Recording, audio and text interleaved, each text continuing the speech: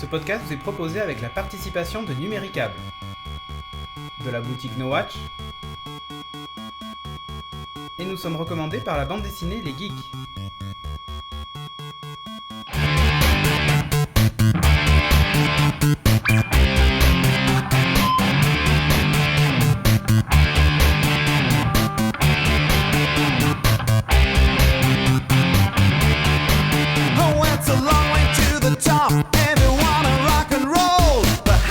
Bonjour et bienvenue dans ce podcast de Geeking à bord du Normandie qu'on voit là derrière.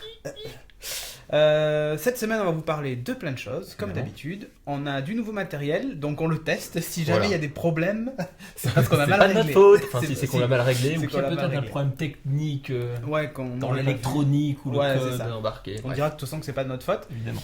On va revenir vite fait sur le epic fail. Enfin, je veux dire, oui, l'epic fail qui était d'une certaine manière un epic win. Ouais, voilà. En fait, la semaine dernière, ou il y a 2 semaines, dans l'épisode 97, je vous parlais de la lacune de France Télévisions qui n'avait pas d'application iOS pour sa VOD Plus. Plus, ouais. Et genre 2 jours après, un jour, le lendemain, effectivement, après la news, enfin le fait que je vous en parle, eh bien France Télévisions sortait une super application Plus, le truc de compétition, tu peux tout regarder, toutes les chaînes, enfin vraiment le direct, le blockbuster. Voilà, exactement. Donc mea culpa. Voilà. Rappel pour la 100e. Oui. Toujours et toujours. On veut de la vidéo. Ouais, alors j'en reçois pas mal encore, hein, donc ça c'est top, merci beaucoup. N'hésitez pas à vous filmer avec votre téléphone portable et tout ça. Bon, le mieux c'est quand même d'avoir une qualité d'image un peu correcte. M'envoyez pas des WMV comme The Bully, je balance. Ouh, moche hein. Oh oui, c'est moche. On a filmé ça avec sa webcam et genre Windows Movie Maker, tu vois. Ouh. Parce que sinon, pas très gentil quand même. Ouais, parce que sinon je suis obligé de convertir la vidéo WMV en MPEG 4 machin pour pouvoir l'intégrer au montage et ça me fait perdre du temps. Il doit avoir un iPhone The Bully. Je sais pas. Oui. Donc n'hésitez pas à nous envoyer des vidéos pour la 100e de Geeking puisque ça nous servira de générique de fin plutôt que de mettre des photos. C'est plutôt cool. Ouais, ça change. Sympa. Ouais, ça change. Et on en reçoit des pas mal en plus. Voilà, c'était tout. T'avais un autre message à faire passer? Ça va. Tout va on bien. enchaîne, hein, j'ai envie de dire en ce moment. Si, je vais quand même parler de ça. Ah, mais tu veux dire t'as un iPad 2? Ouais, voilà. Ouais. J'avais dit qu'il fallait surtout pas acheter l'iPad 2 quand on a. Qu'est-ce qu'il a fait? Je ne l'ai pas acheté. Puisqu'en fait on me l'a offert. D'une certaine manière tu l'as acheté.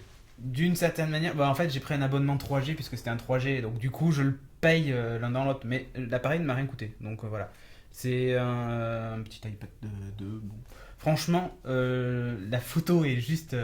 c'est risible. Ouais, franchement, je vous mettrai je vais mettre une photo prise avec... Non mais t'as l'impression que c'est fait avec un téléphone d'il y a 5 ans, quoi. Ouais, c'est hallucinant. La vidéo est pas trop mal, mais bon, comme il n'y a pas de mise au point ni rien, c'est vachement moins sympa qu'avec l'iPhone 4. Et donc, voilà. t'as un bug. Et j'ai un bug de la mort. Quand je mets le smart cover, alors c'est pas tout le temps, mais on va dire qu'au bout d'un moment, j'ai le bouton home qui ne fonctionne plus. Enfin, il faut appuyer 5 fois dessus avant que ça fonctionne. T'as des gros bugs. Voilà, et donc du coup, quand je l'enlève, j'ai plus le problème.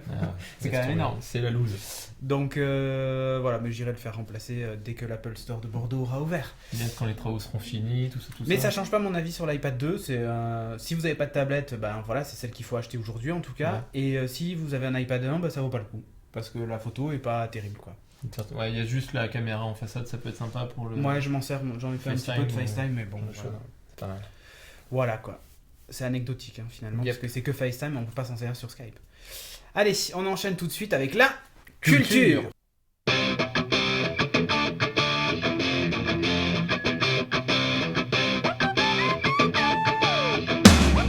La culture, et on démarre tout de suite avec... Mass Effect. Et ouais. J'aime bien quand tu fais le... Wesh. On dirait que t'as, je sais pas, le torse en béton.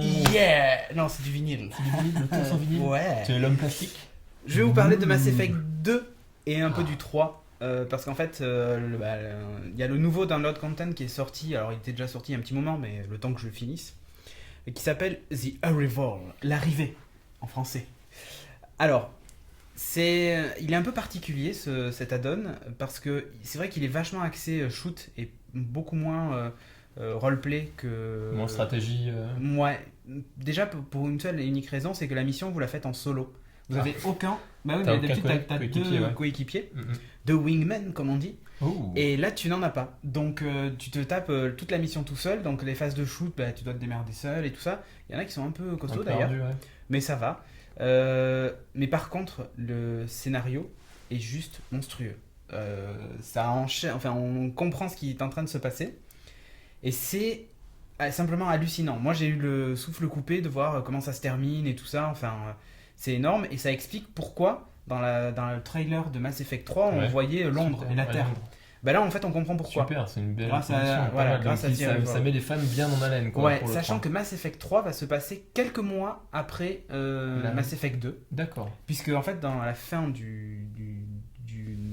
ce download content, bah, vous devez vous rendre sur Terre. J'explique pas pourquoi, mais vous devez vous rendre sur Terre. Et d'ailleurs, c'est assez rigolo parce qu'on voit le système solaire. Donc, avec ton Normandie, tu peux aller sur Uranus, machin, tout ça, et scanner la planète. Donc c'est un download content qui est hyper intéressant. Moi, je me suis bien éclaté. C'est assez flippant parce qu'il y a des histoires de possession et tout ça qui sont vraiment sympas. 2-3 scènes qui sont un peu costauds, quoi. Et ça m'a fait penser par moments, en particulier un moment, à Battlestar Galactica, en particulier au comic dont on a parlé la semaine dernière, et j'ai trouvé ça plutôt sympa, et il y a ce côté psychologique un peu qui est sympa. Bon, par contre, dommage, on lâche ses coéquipiers entre guillemets puisqu'on est seul, mais du coup ils ont vraiment un second rôle, quoi. Enfin, même pas un second rôle, tu vois, bizarrement, moi, dans le 2, ce que j'avais kiffé, c'était pas forcément le fait de jouer en stratégie, si tu veux. Enfin, avec plusieurs persos. Moi, je suis plutôt FPS. Voilà. C'est pour ça que ce jeu plaît, parce que tu peux faire les deux. Exactement. Et par contre, la question que je me posais, tu as joué combien de temps en fait ? Ben, je l'ai fini en 2 après-midi, parce que j'ai pris mon temps. Mais en gros, allez, vous avez moins que ça. Si vous y allez à fond dans le truc, après il y a des moments où j'ai voulu refaire des trucs et tout ça, mais en gros il y en a pour 4-5 heures, pas plus. J'ai plus le prix, je crois que c'est 800 MS Points ou je sais plus. D'accord, c'est ce que je vais te demander. Donc c'est à peu près 8 €, je crois. Non, un peu moins. Un peu moins. Je crois que c'est 4-5 €. Je sais plus combien, il y a des convertisseurs sur internet. C'est un peu compliqué. C'est mais un peu nul ça. Pour les fans, en tout cas, je recommande vraiment. Pour ceux qui n'ont pas aimé Mass Effect 2, bah l'achetez pas. Voilà. Des rebondissements de ouf quand même. Enfin, donc scénaristiquement, c'est top. Après, en termes de jeu, c'est un peu bourrin puisqu'on est tout seul. D'accord. Donc ça fait un peu plus FPS. On enchaîne de suite sur une petite news sur Mass Effect 3 puisqu'on est dans les news Mass Effect. Alors là, il y a du lourd parce que BioWare a enfin ouvert son caquet et a parlé de Mass Effect 3. Ils ont commencé à leaker. Et on diffusait des images. Et en particulier, on voit un personnage féminin avec une épée. Avec une armure de ce type, mais en vrai, avec des seins, plus de 5 mois on va dire, et avec une épée. C'est énorme. Tu dis, ils vont nous la jouer un peu médiévale ? Non, mais je pense plutôt à Star Wars, tu vois. Sauf qu'au lieu que ce soit un sabre laser, c'est genre un truc en... Sabre laser, c'est quand même vachement plus classe qu'une simple épée en métal ou en alliage, mais ça veut dire que du coup on va avoir des combats au corps à corps, ce qu'on n'avait pas jusqu'à présent. C'est vrai. C'est vrai. Exactement, c'est vrai. C'est ça qui est intéressant, je trouve. Donc au niveau du gameplay, ça risque de changer. Peut-être. Ça risque d'être un peu plus stratégique. Graphiquement, les 2-3 images qu'on voit... C'était du in-game ou c'était... C'est de l'image statique, donc c'est in-game, ça peut être retouché sous Photoshop, tout ce qu'on veut. Par contre, c'est... Waouh, la qualité, franchement, ça déchire. Ouais. Ils ont montré les nouvelles armes aussi, des images des nouvelles armes et tout ça. Enfin, t'en peux plus là, j'en peux plus t'attendre. Alors, il sort quand ? On a une idée ça sera cet automne normalement. D'accord. Par contre, comme ils ont expliqué, ça va être très compliqué. Et au niveau du scénario aussi, ça va être très compliqué parce que dans Mass Effect 1, on se bat contre un moissonneur. C'est le but de la mission en fait, c'est de l'anéantir. Dans le 2, c'est à peu près la même chose. Dans le 3, c'est toute une armada. Et du coup, il va falloir s'allier avec des peuples, rallier des peuples à sa cause et tout ça pour lever des armées et lutter contre cette invasion et tout ça. Ça a l'air d'être vachement plus sympa. D'accord. Donc voilà. Après, on voit, au niveau du scénario, il faut donc se battre contre les moissonneurs. Et, comme il nous explique, en fait, l'homme trouble veut buter Shepard à tout prix. Du coup, il envoie des tueurs. Personnage aussi, hein. Ouais, du coup, il envoie des tueurs aux trousses de Shepard. Donc, en plus de cette menace-là, on a en plus Cerberus. D'accord. Qui nous poursuit et qui veut absolument franchement pas mal. Il se déchire à chaque fois sur SNR, je trouve. Ouais, c'est cool. Je pense que là on va aller loin. Il y a des personnages qui ne reviendront pas par rapport à Mass Effect 2, tu sais, entre le 1 et le 2, il y en a qui sont revenus. Dans le 2, il y en a un qu'on aperçoit vite fait un personnage féminin, et qui là apparemment est présent tout le temps dans le 3. Donc on va retrouver certainement des gens du premier, et ainsi de suite. Enfin bon, ils sont super forts pour ça. C'est cool. Donc ça va être sympa, et j'ai hâte d'y jouer.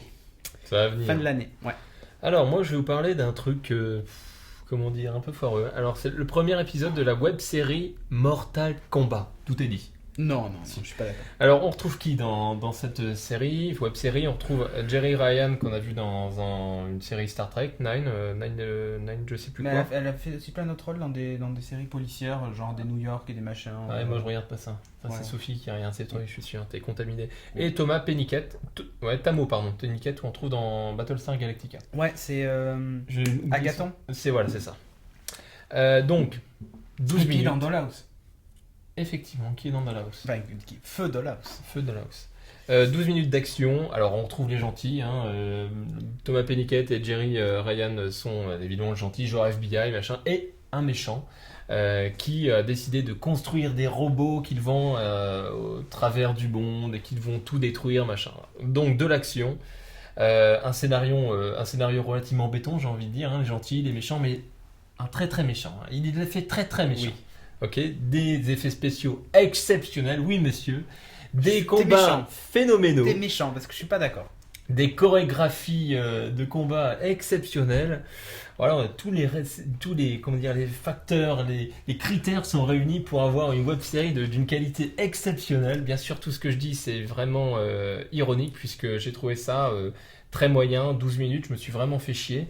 Alors, ça va sortir a priori au rythme d'un épisode par semaine. Oui, c'est Machinima qui Warner ça. Bros qui produit. Ouais, et qui s'est diffusé en exclusivité sur Machinima, en fait, le truc qui tous les trailers de jeux vidéo et tout ça. Ouais, aussi. Mais là, la vidéo que j'avais, c'était sur YouTube. Oui, mais parce qu'en fait, d'abord tu vas sur Machinima et ensuite ça s'étend.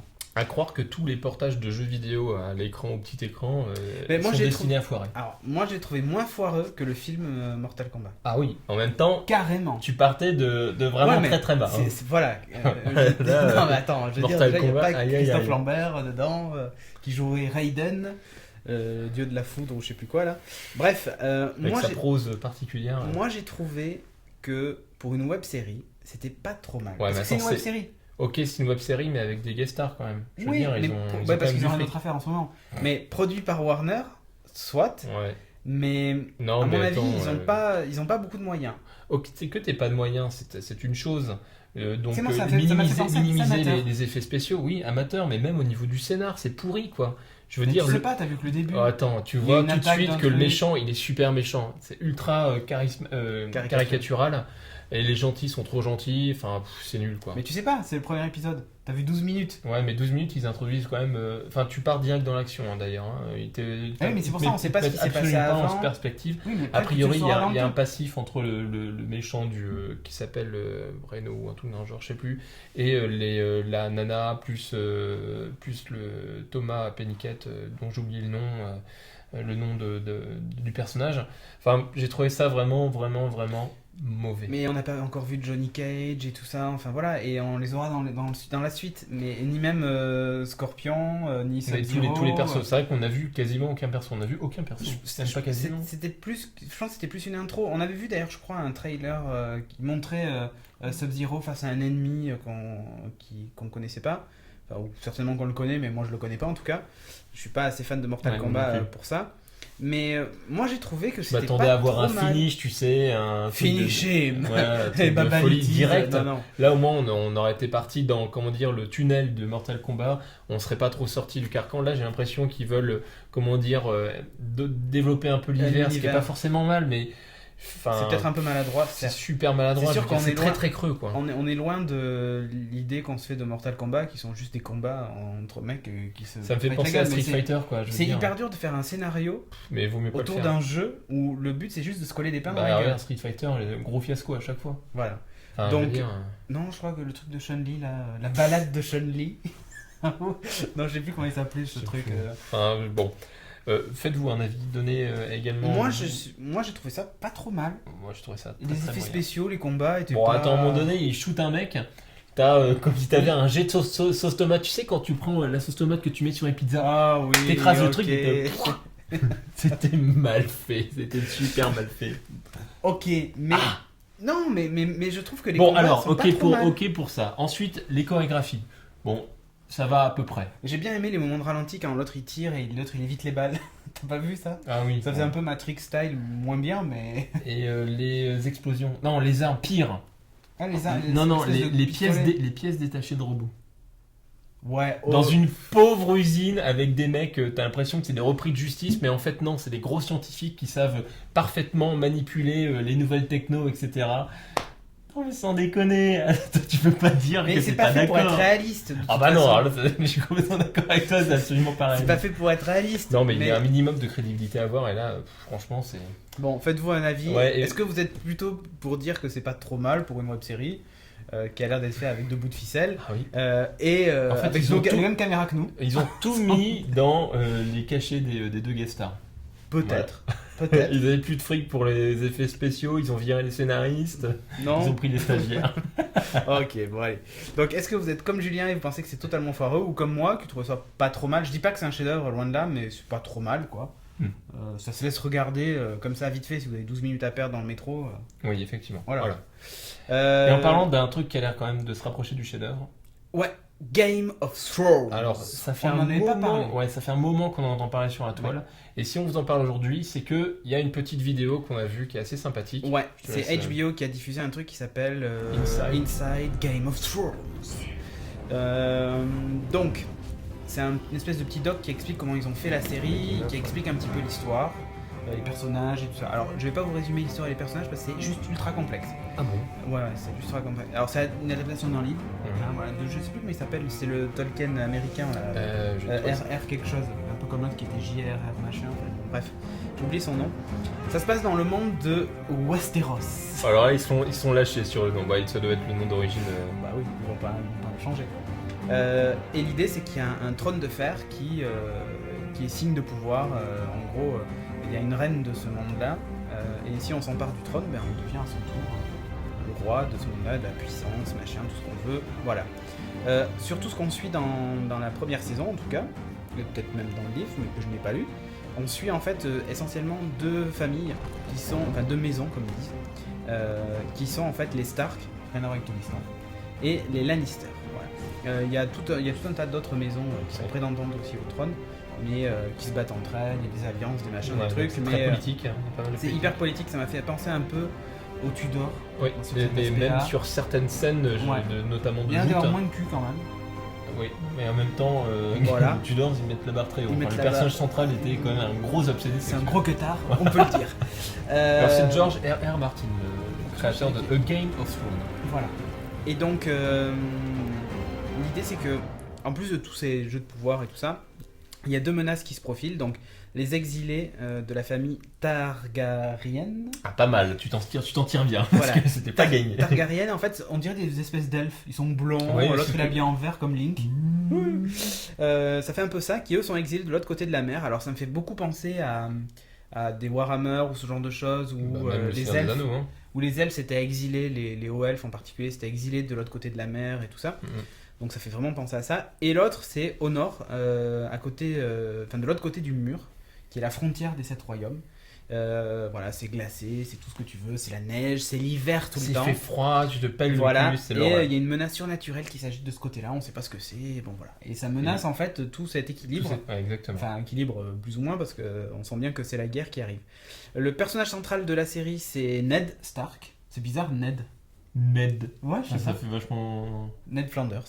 Ah oui, c'est ça, voilà. C'est ça.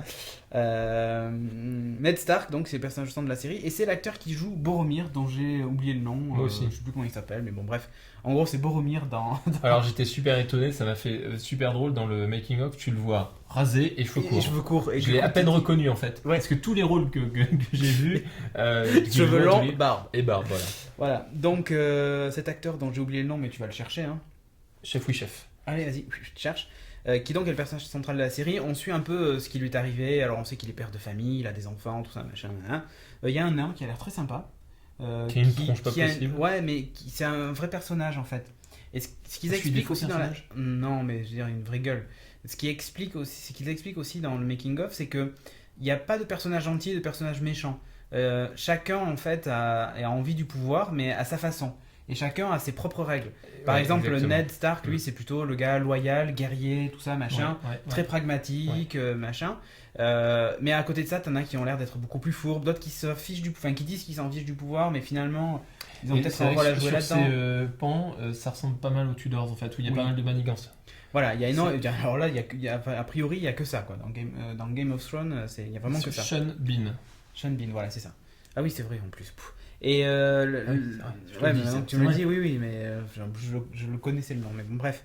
Ça va être diffusé sur HBO dimanche. Alors en fait, ça a été diffusé dimanche dernier, parce qu'en fait, quand on sera sorti, la post-prod, tout ça. Voilà, exactement. Quand on sera sorti, le premier épisode aura été diffusé sur HBO. J'espère que ça va être un carton. Ouais, je pense que, très honnêtement, il y a tous les éléments sont réunis. Il y a une vraie intrigue.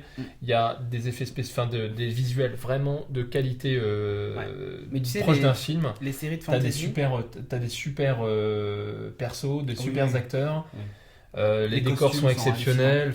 Les costumes, franchement, Thor peut aller se rhabiller quoi. Ah oui, il n'y a pas de sur les armures.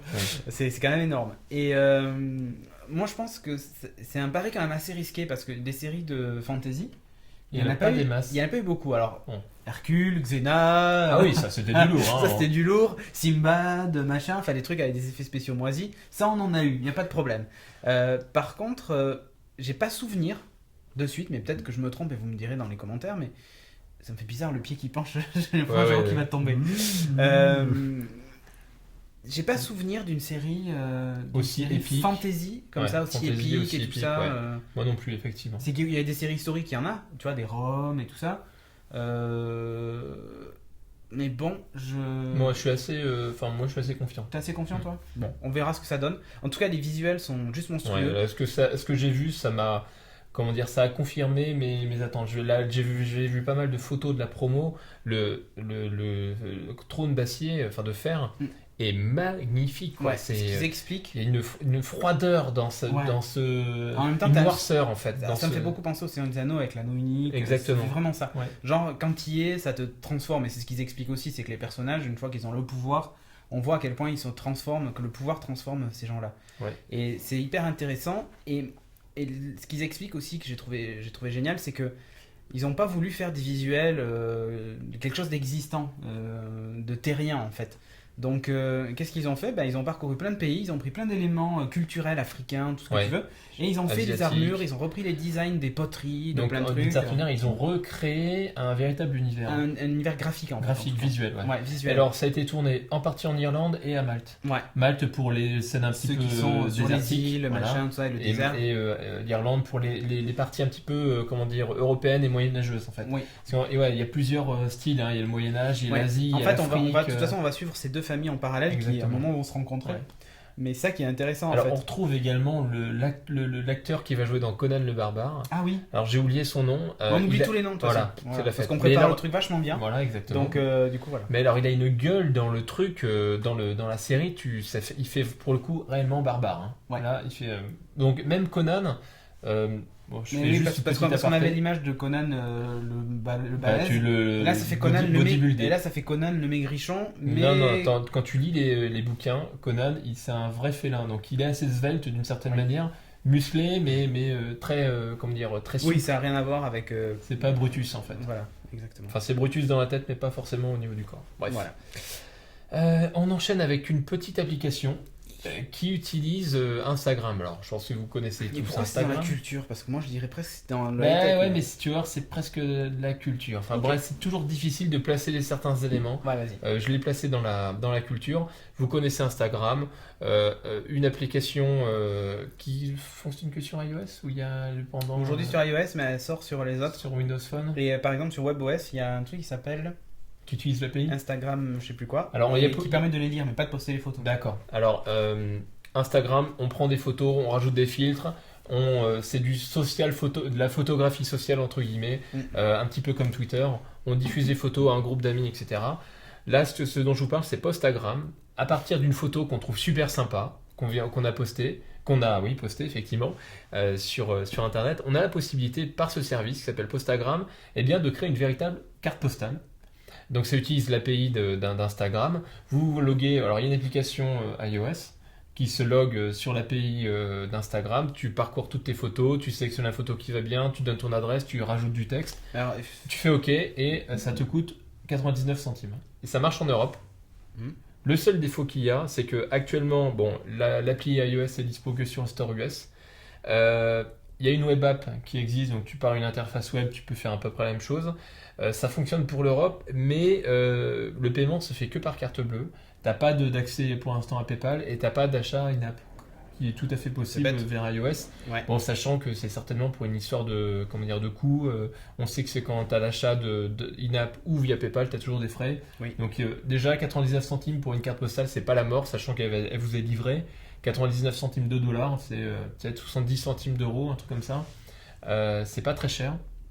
Et c'est plutôt sympa. Moi, je trouve le concept assez intéressant. Mais le truc, c'est que sur Instagram, les photos sont carrées. Oui, mais là, en fait, si tu veux, là, la carte postale est carrée. La carte postale est rectangulaire. Sur la droite, en fait, tu as la photo. Et sur la gauche, tu as un texte que tu rajoutes. Ah, d'accord. Tu peux rajouter un petit texte, machin. D'accord, je pensais qu'en fait la photo était en plein sur la carte postale et de l'autre côté t'écrivais. Non, en fait c'est juste sur une face. Et ce qui est sympa, tu t'imagines, t'es en soirée, tu prends une photo, tu te dis tiens, je veux immortaliser le moment et l'envoyer à un pote. Et en termes de résolution, moi ça me fait un peu flipper. Bah, c'est pas terrible, effectivement, mais si tu la taille de la carte postale est pas énorme. En fait, j'ai voulu faire un essai, mais ça me faisait vraiment chier de lâcher mes numéros de carte bleue dans un site web que je connais pas forcément trop. D'accord, ok. Donc j'ai pas essayé, j'ai pas de l'équivalent de ce que fait le Crédit Lyonnais ou d'autres où tu as un numéro de carte bleue unique en fait par transaction. À essayer, donnez-vous nous votre avis. Moi je trouve ça vraiment intéressant de développer le concept autour d'Instagram, un concept que je trouve vraiment génialissime. Il faudrait qu'ils fassent des livres de photos comme Apple. Complètement. Ça peut être super sympa. Mais après, vu que je veux dire, c'est le Polaroid du web. Mais Instagram. Qu'est-ce qui t'empêche aujourd'hui quand tu fais une photo Instagram, elle se met dans ton album. Donc du coup, tu peux la récupérer dans les photos et tu fais un livre de photos. Ouais. Tu peux, mais bon, là, c'est un service qui est facile. Limite, tu vois, tu lances l'application sur ton device, tu le fais en 2 clics, quoi. Ouais. Vachement bien, je trouve. Pas mal.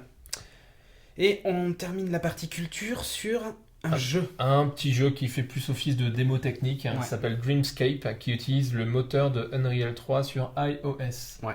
Alors en fait, c'est un jeu où tu incarnes un perso qui vit dans un rêve. Enfin, tu es dans le rêve d'un perso, donc c'est très narratif. Ah non.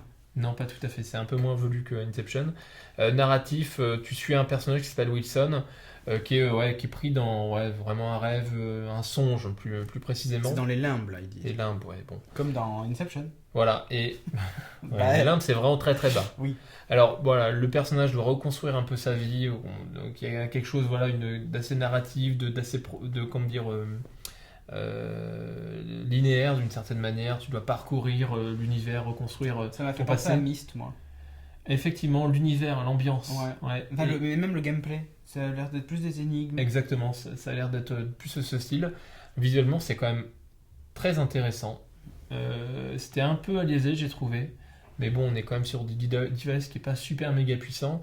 Bon, après, le jeu en lui-même, je ne sais pas si ça va être exceptionnel. Ouais. Espèce de nanti, va.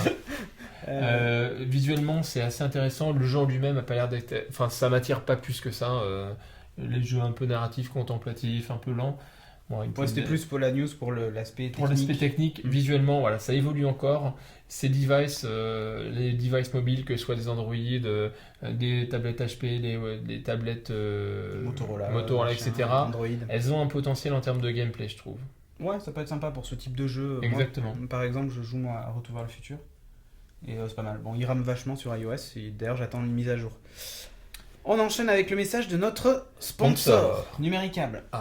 Numéricable est très connu pour ses offres triple play, mais n'oublie pas pour autant son cœur de métier, la télévision. C'est pour ça que chez Numéricable, les meilleures chaînes sont directement dans les bouquets. Ouais, par exemple pour les fans de séries, avec l'offre NC Box Power, vous avez internet jusqu'à 100 mégas, mais vous retrouvez aussi TF6, Série Club, Sci-Fi, Paris Première, Teva, 13e rue, Dune, Jimmy, et tout cela avec la qualité incomparable grâce au câble, mais également à la haute définition. Exactement. Alors pour en savoir plus sur cette offre, c'est simple, vous allez sur le portail nowatch.net. Ça, tout le monde le connaît maintenant. Vous cliquez sur la bannière Numéricable qui est en bas à droite et comme ça, vous dites que Numéricable, c'est que vous venez de notre part. Quoi. Voilà, exactement. Un détail, si vous avez Adblock, désactivez-le pour pouvoir voir la bannière et cliquer dessus. Exactement. En faisant ça, vous nous soutenez et voilà. Merci encore Numéricable. Et on enchaîne avec la rubrique High Tech.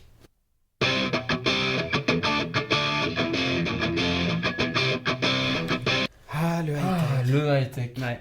Bon, alors c'est presque pas du high tech là, enfin si. C'est plus technologique quand même. Bon. Oui, si. On est un peu entre les deux encore. On est cul entre deux chaises, j'ai envie de dire. Quelle belle expression. Entre deux coussins. D'ailleurs, t'arrêtes pas de le taper, je pense que les gens ils vont entendre des. Parce qu'en fait, on regarde à gauche parce qu'on a un moniteur en fait. Voilà, qui nous indique le volume et tout ça, parce qu'on a changé la technique, donc voilà. Bref. Arrête de taper. Je peux te taper par contre? Non. Et si on tape là? Non. Ah oui. T'as vu? Ça marche? Oui. Bon, alors. Un petit cœur qui bat. Oh, c'est mignon. Oui. Je vais vous parler d'une sorte de concept de mécano géant, enfin taille humaine entre guillemets, qui permet de fabriquer des véhicules, des objets, des structures, etc. Donc ça reste au stade de concept. Vous connaissez quasiment tous le mécano ou les Lego Technics. Ce serait plutôt Lego Technics. C'est finalement un ensemble de pièces. Alors en résine, relativement velu, enfin costaud plutôt, qui te permettent de construire des structures. T'as une partie cycle, t'as la possibilité de mettre un siège, de mettre une crémaillère avec des roues, etc. Et donc, ça peut être un superbe outil pédagogique, genre dans les lycées ou même les collèges. Ou en techno, tu vois, plutôt que de faire, je sais pas, un montage en papier à la con, tu dis, voilà, aujourd'hui, on va faire une voiture. Par exemple. On va faire un bus pour la sortie scolaire. Une voiture avec, rajouter un petit moteur électrique. Non, une voiture à pédales, les 4 pédales en même temps, voilà, pour faire avancer la voiture. Il faut du sport. Il faut qu'il soit synchronisé. Exactement. Sinon, ça explose. C'est un super tandem en fait. Bon, voilà, vous imaginez le concept, les débouchés sont assez énormes. Même, je veux dire, l'amateur averti qui a envie de se faire plaisir, de se faire un véhicule électrique, de bricoler, ça peut être vachement pratique, ça évite d'utiliser le fer à souder pour se faire une structure tubulaire. Là, tu fais une sorte de mécano que tu assembles avec des pièces qui sont assez robustes. Rien, machin, exactement. Ça, voilà. C'est vraiment un superbe outil pédagogique, mais également pour l'amateur plus ou moins averti. Se faire un projet avec ses enfants sur se faire un siège baquet à la maison avec ce truc. Par exemple. Non, mais là, ce qui est vraiment. Sur Vérin. Ouh, yeah, c'est une idée ça. Ce qui est intéressant, c'est que voilà, tu te fais un projet, tu l'utilises, machin, tu le démontes et tu peux réutiliser les pièces. Voilà. Donc c'est vraiment très très intéressant. C'est vraiment un mécano géant, quoi. C'est un mécano géant, exactement. Alors bon, ça n'existe pas encore, c'est pas évident que ça aboutisse, mais je trouve l'idée vraiment super intéressante. D'un point de vue pédagogique, je trouve ça vraiment génial. Ikea devrait vendre ça, je pense. Parce qu'ils sont dans il faut tout monter, là tu commandes tout de A à Z. Ouais, mais je trouve le concept hyper intéressant et puis c'est vraiment un truc de geek quoi, le mécano. Enfin moi en tout cas j'en avais. Ah ouais, moi aussi. Mais j'ai vécu du Technics moi. J'avais pas du mécano avec les pièces. Avec les pièces jaunes et bleues là. Moi j'avais du d'ailleurs tu les tordais, machin. C'est ça qui était bien avec le mécano, c'est que tu pouvais vraiment. Alors que le Technics c'était quand même cantonné vraiment à l'usage des pièces. Ouais, voilà. Et c'était génial. Je me rappelle, j'avais fait un hélicoptère avec les mécanos. Que de souvenirs. Moi j'avais fait mal au doigt. Bagnole. Ça tournait vachement. J'avais fait des pales hyper grandes, il y avait un moteur. J'avais fait des pales hyper grandes. Et j'ai mis mon doigt au bout de la pale et en fait la vitesse était telle que ça m'a fait mal. En fait, ça m'a pas coupé le doigt, faut pas exagérer parce que c'est des jouets, mais ça, franchement ça m'a fait mal quoi. Donc bon voilà. Depuis j'ai une cicatrice. Je sais pas si tu la vois là. Là tu vois là. Oh super. Et ouais ça arrive. C'est pas grave, mais c'est ça quand tu es un inventeur de génie. Oui, il faut savoir sacrifier son corps pour la science. Allez, on enchaîne maintenant avec un concept encore une fois. Une bague magnétique Nokia pour piloter son smartphone. L'idée à la con du siècle. Non, je plaisante. Ça aurait pu être une bonne idée. C'est la fausse bonne idée. C'est la fausse bonne idée. Bon, l'idée de ce truc, c'est que vous avez une bague magnétique, vous avez un récepteur qui est sous forme de montre, qui est capable de détecter l'orientation d'un champ magnétique. C'est-à-dire que vous savez sans doute, mais un champ magnétique, un aimant, est polarisé en fait. Il y a un sens de diffusion. Et donc, d'ailleurs, vous le voyez très bien quand vous prenez deux aimants par exemple, que vous les approchez. Donc, soit ils s'attirent, soit ils se repoussent en fait. Ça montre bien qu'il est polarisé. Enfin, c'est pour l'exemple. Un aimant, c'est nécessairement polarisé. Hein.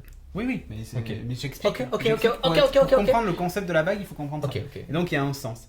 Donc tu as un champ magnétique. Magnétique qui est généré, qui tourne dans un certain sens et qui est orienté dans un certain sens.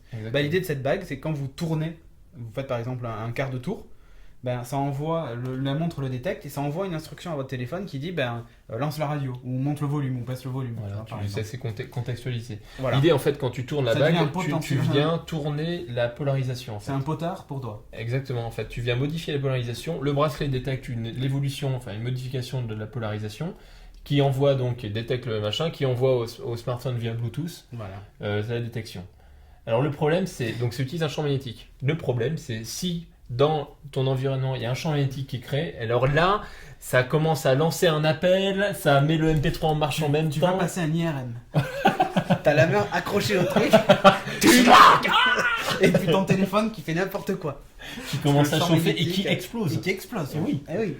Donc non mais en fait, c'est vrai qu'il y a le problème, c'est que cette technologie serait pas suffisamment fiable. Dans un environnement de captation, quotidien, de tout ce que tu veux, dans un environnement quotidien, tu passes un portique dans une boutique par exemple, qui certaines utilisent des champs magnétiques. Mais il faut vite passer pour pouvoir. Sinon tu lances un appel ou tu fais courser par le vigile parce qu'il part en courant lui. Le con, reviens. Mais il y a ça et puis il y a aussi le fait que il te faut une bague plus une montre qui est juste là c'est le concept donc c'est affreux mais plus une montre, plus un bracelet Bluetooth qu'il faut charger, plus un téléphone. Déjà pourquoi pas utiliser juste la montre, tu vois, pour lancer un appel et tout ça, parce que tourner une bague ou appuyer sur un bouton. En plus, tu peux faire 1000 fois plus de trucs sur un écran tactile au poignet que sur une bague qui tourne. Sûr. Quoi. Donc tu peux avoir jusqu'à 8 fonctions. Parce qu'ils ont plein de doigts aussi.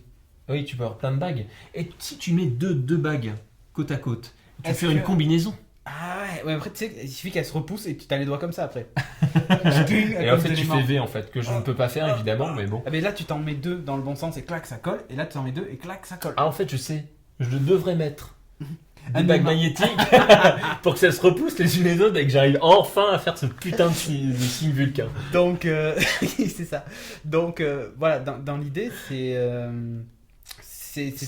original je trouve comme concept. C'est original. Après l'aboutissement c'est pas évident effectivement que ça aboutisse. Voilà, et puis sachant que le budget R&D de Nokia vient de fondre comme neige au soleil et qu'il y a une restructuration, il y a 600 emplois ou je sais plus combien qui vont être supprimés dans la R&D. Donc là ils vont faire, tu veux dire, ils vont faire du Symbian à mort? Non, du Windows Phone. Ah. Oui, Symbian, j'espère qu'ils vont arrêter un jour. Arrêtez les conneries. Arrêtez les conneries. J'en parlerai dans Upload ça la prochaine fois, parce qu'ils ont sorti leur nouvelle mise à jour de Symbian. Allez, toi tu vas nous parler maintenant... de Apple, parce que ça faisait longtemps. Si, t'as juste un truc pour le nom, ça s'appelle Nenia. Nenia, un peu comme Kenya. Ouais, sauf que mais en fait c'est en anecdote au Seigneur des Anneaux, c'est une bague pour les contrôler toutes. Non, c'est pas ça. Bon, vas-y, allez, enchaîne. Ça aurait pu être ça, non? Oui, c'est ça. Alors moi je vais vous parler de SharePort. Alors, ça fait un peu penser à Airport. Ouais, ou moi ça me fait penser à Sharpay. Tu sais, ces petits chiens là. Non, mais ça va pas, t'as un problème avec les chiens en ce moment ou quoi? Je sais pas. Bon, alors KESACO et SharePort, en gros, c'est le hack de AirPlay par Apple. Alors, c'est un Gus. Non, c'est pas Apple qui l'a hacké. De Apple, de la technologie AirPlay d'Apple. D'accord. Voilà. Pardon. Alors c'est un Gus qui s'appelle James Laird qui a fait du reverse engineering sur un airport.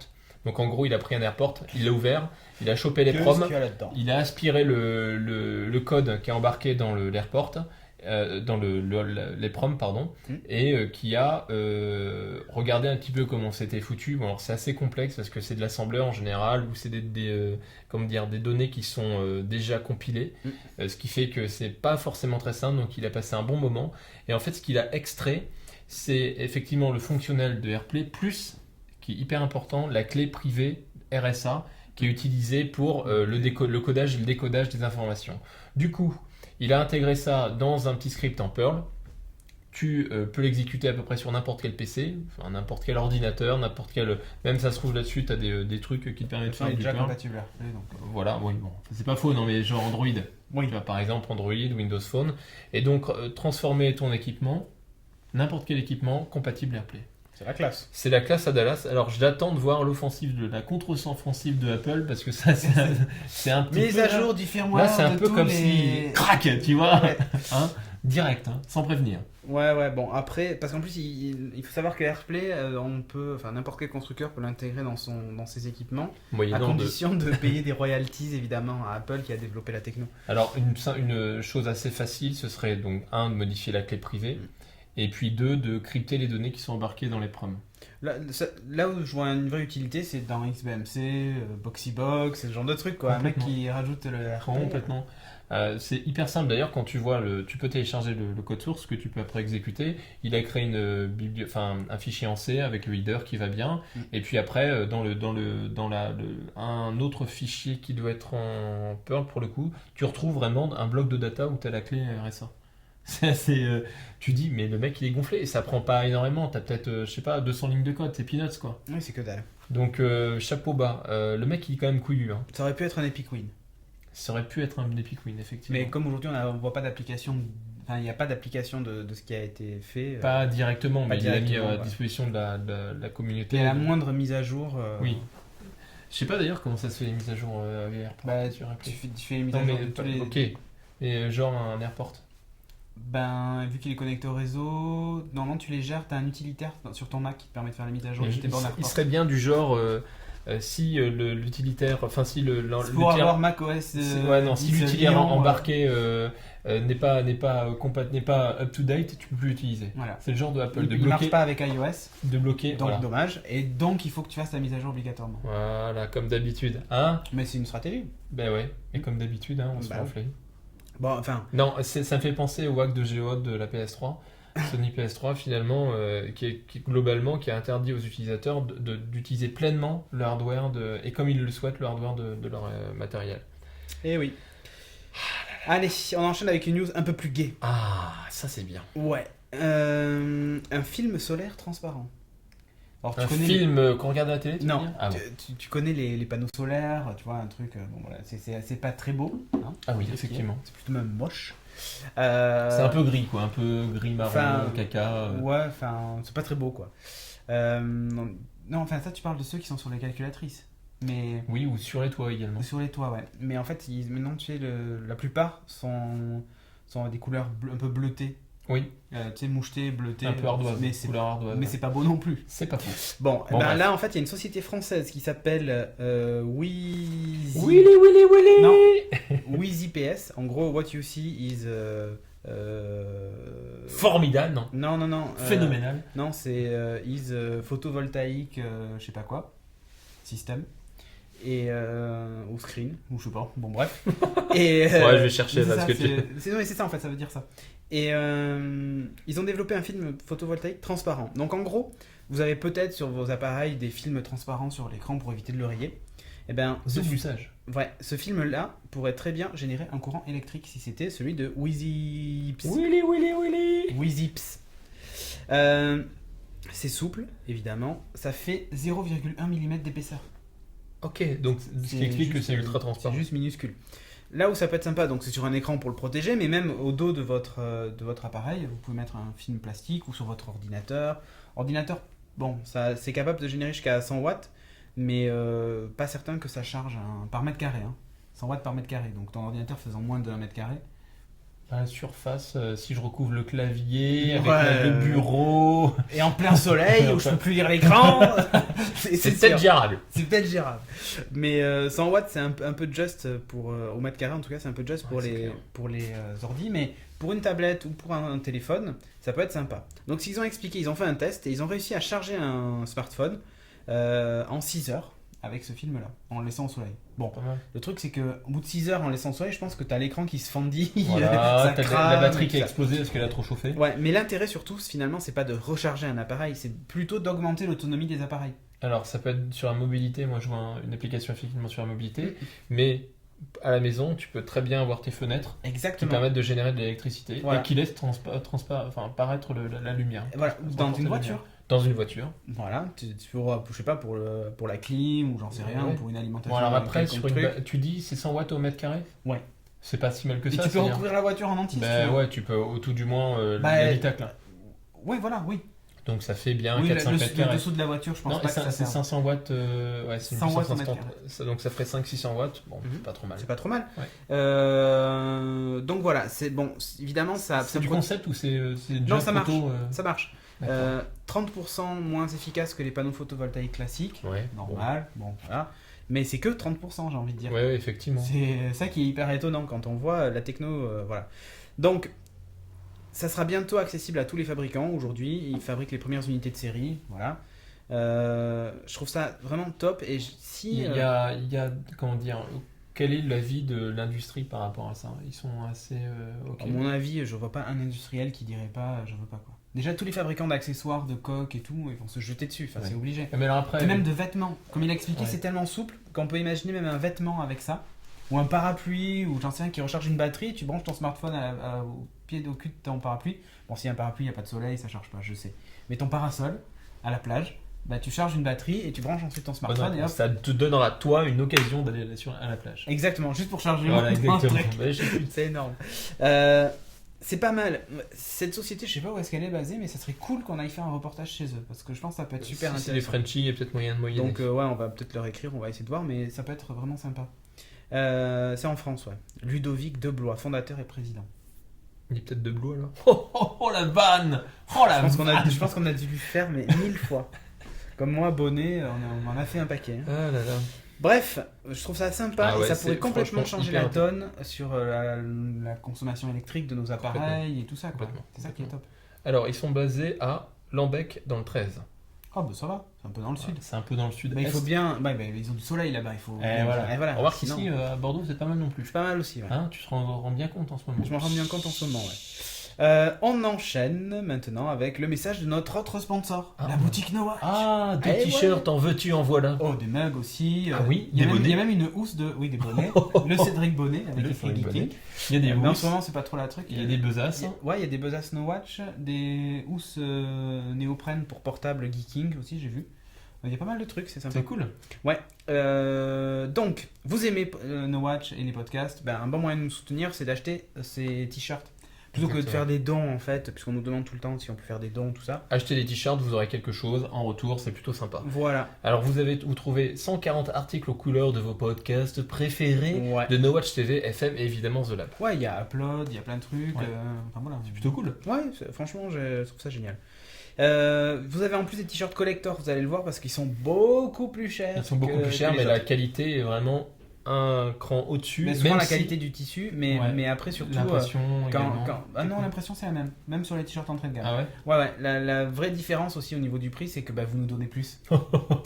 Et alors, en fait vous êtes un peu des mécènes quoi. Oh oui. Alors en fait pour en avoir une palanquée quand même, je vais en prendre une dizaine, il résiste mais super bien au lavage machine.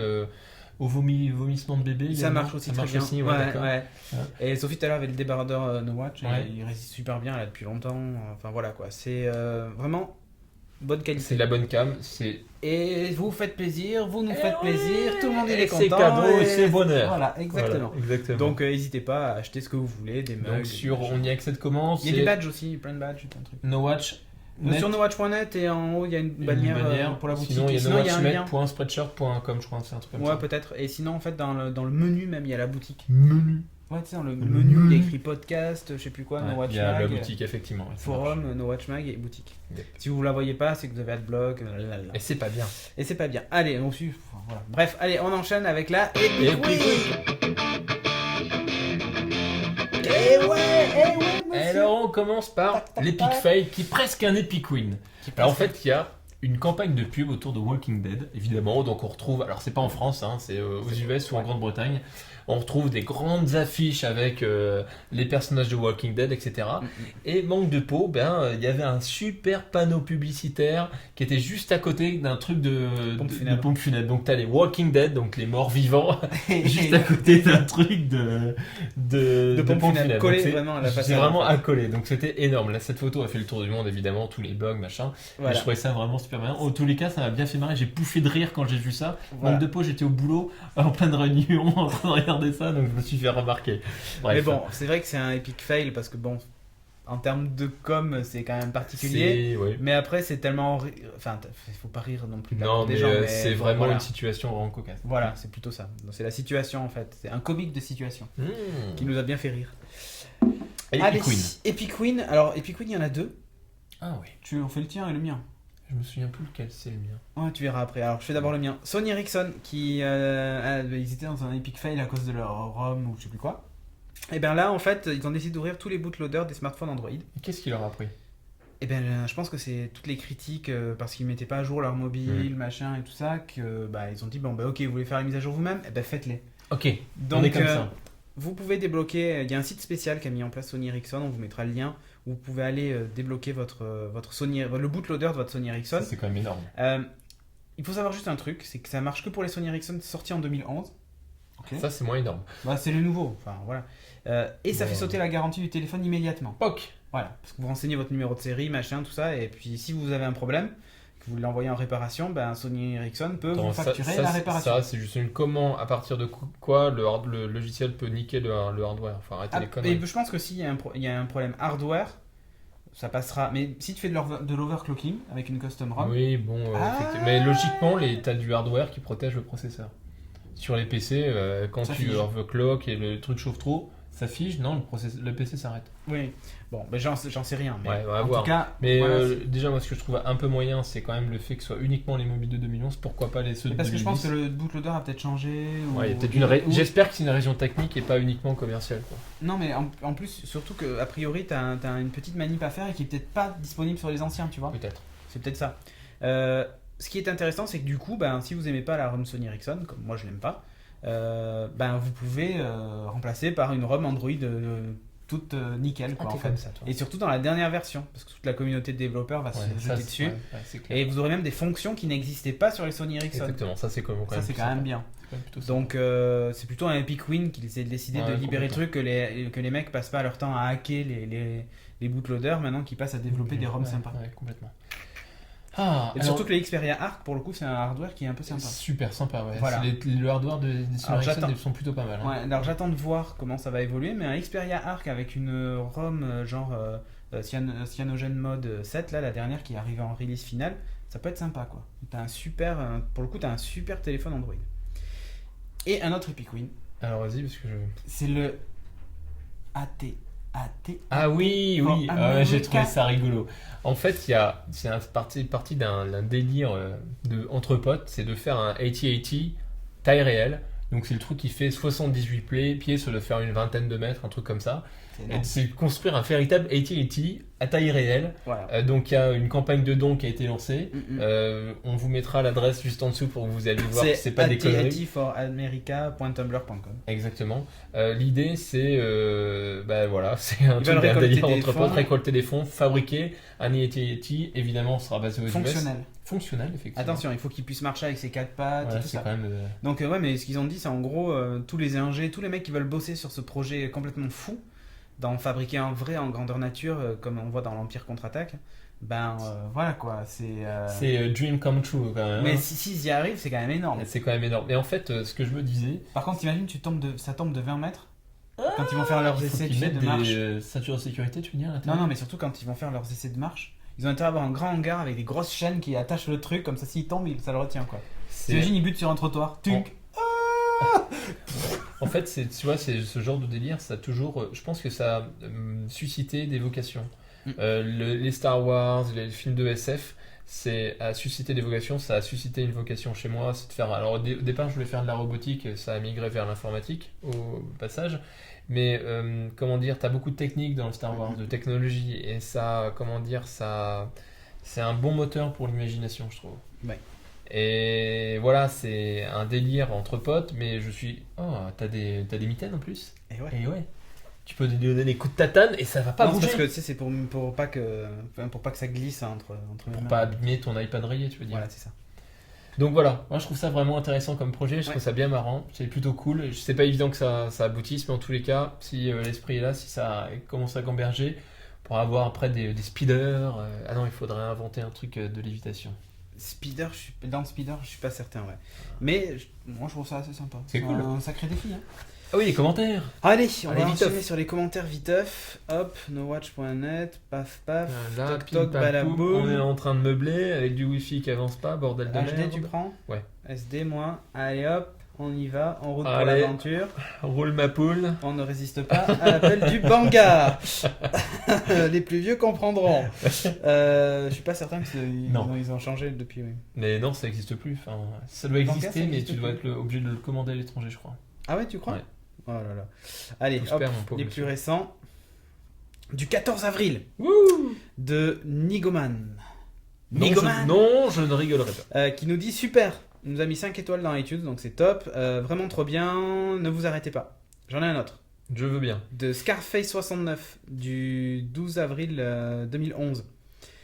Qui dit salut les gars, téléchargement et visionnage impossible sur mon iPhone 4. Fab, il nous a mis 3 étoiles. Alors en fait, c'est indépendant de notre volonté. Oh, tu dis ça bien. Plus ou moins. En gros, quand on a publié le dernier Geeking, il y a eu un crash disque dur sur un des serveurs et qui a tout fait tomber. C'est pour ça que vous avez eu du mal à télécharger le dernier épisode. Donc nous mettre 5 étoiles pour ça, je trouve ça super moche.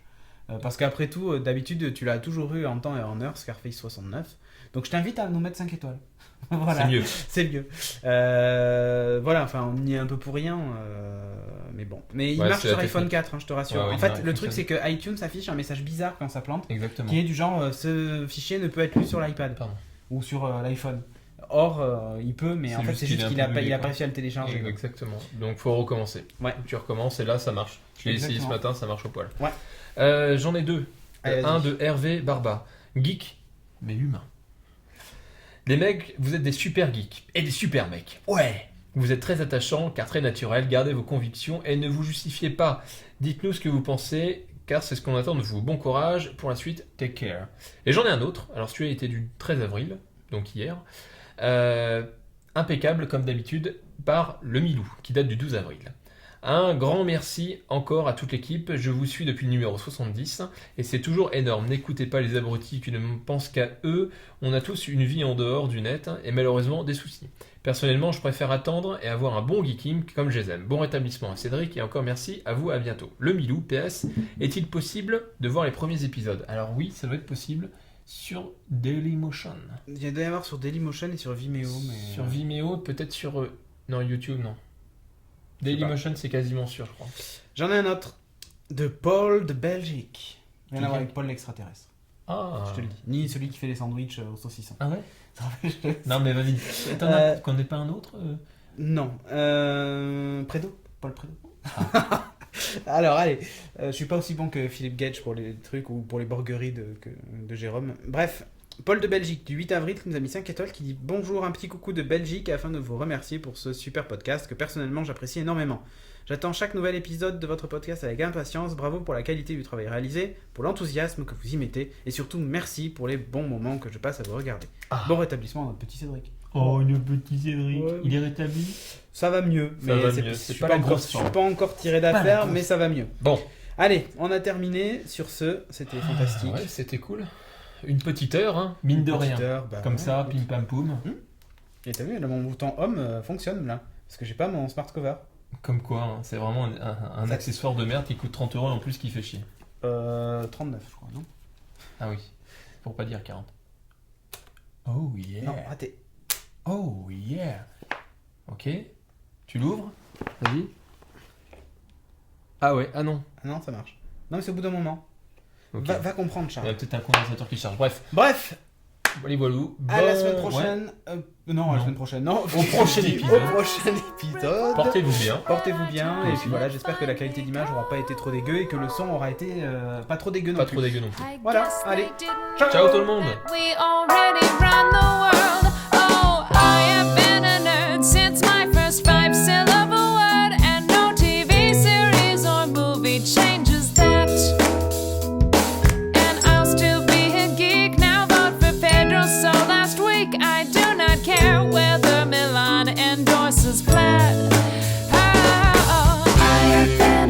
Since long before anyone heard that pale and scrawny was the latest fashion trend.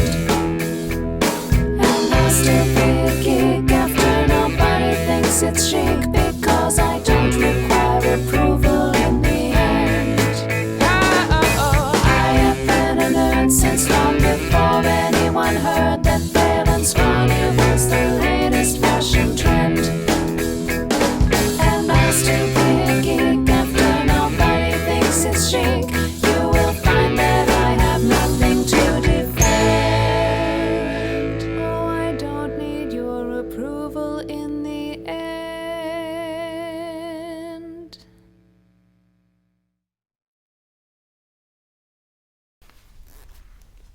Ici le commandant Shepard.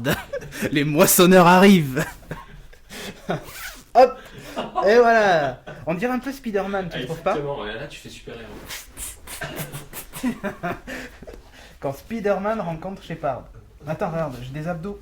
Oh yeah, en acier, en vinyle. Oh, ah non, pas en acier. Mais j'y vois en plus, c'est ça qui est rigolo. Bon, après, je vais être tout décoiffé, tu vois, avec ma permanente que je m'étais faite. C'est vrai. Parce que je la vaux bien. Tu veux dire que t'as la moumoute? Ouais. Oh yeah. Mais je vais rester avec, tiens. Regarde, ça fait classe à l'image. Alors. Comment que ça marche? C'est trop compliqué. Il met 3 plans, je trouve. Ouais. À lancer la photo. Clic, clic. Oh, on n'a pas fait le clap. Ça sert à rien. T'en as plus besoin, t'as plus à caler le son. C'est vrai. Ah, mais ça fait 7 minutes que ça enregistre? Oui. Mais ça enregistre sur la carte B, j'ai l'impression. Non, sur la A. Ça clignote sur la A. Ok, nickel. En fait, tu le vois, c'est celui qui est encadré. Bah, parfait. C'est pas celui qui a le petit livre, copie, carte, machin. En fait, là, ça veut dire que ça va switcher si on dépasse. Si on dépasse, par contre, on se fait un peu tuer. Et 18h52. Faut qu'on saute les doigts. Faut qu'on saute les doigts. Mais je trouve qu'on aurait pu être plus en retard. C'est pas faux. On a mis une demi-heure après, pas. Ouais.